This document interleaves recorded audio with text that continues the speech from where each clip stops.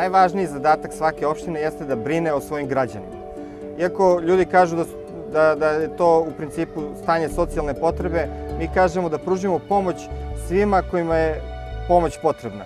Da li su to u pitanju invalidi kojima je potrebno obezbediti prilazne rampe ili starije osobe koje su sticajem životnih okolnosti ostale bez nege svoje dece ili je u pitanju nešto drugo, važno je da svima pružimo pomoć koja im je potrebna. Opština Vračar ima savet za pitanja osoba sa invaliditetom i da smo dosta uradili s obzirom da imamo odbornika koji je u invalidskim kolicima i koji razume te probleme koje tište tu populaciju građana.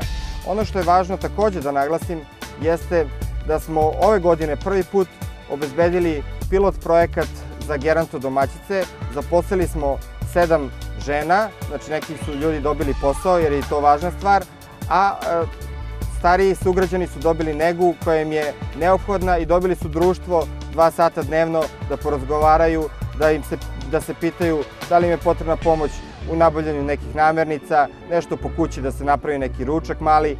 U svakom slučaju, ja sam posetio naše sugrađane koji primaju pomoć gerontodomaćica i oni su ushićeni i meni je čisto zadovoljstvo što mogu da kažem da je to uspešan projekat i da će opština Vračar da nastavi taj projekat. Ona opština koja ne brine o svojim ljudima je u problemu. U našem timu na Vračaru to nije tako.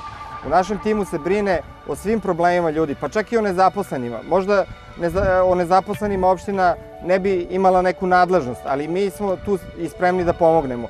Imali smo naš projekat Lakše do posla gde smo obezbedili dodatno neke kurseve za mlade diplomce, zatim smo pomogli i onima koji su između 40. i 45. godine, koji su ostali bez posla u vremenu tranzicije.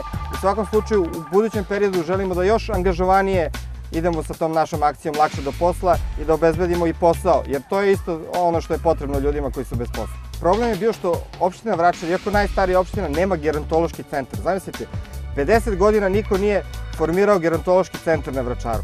I mi smo obezbedili prostor za taj gerontološki centar. I to je tako dobra stvar. To je fenomenalno jer ćemo u mesnoj zajednici u Franca Rozmana imati savremeno opremljen gerontološki centar u kojem će stariji ljudi moći da se druže, moći će da imaju svoje neke aktivnosti, da li će igrati društvene igre ili će se baviti nekom aerobikom, to je na njima da odluče šta oni žele.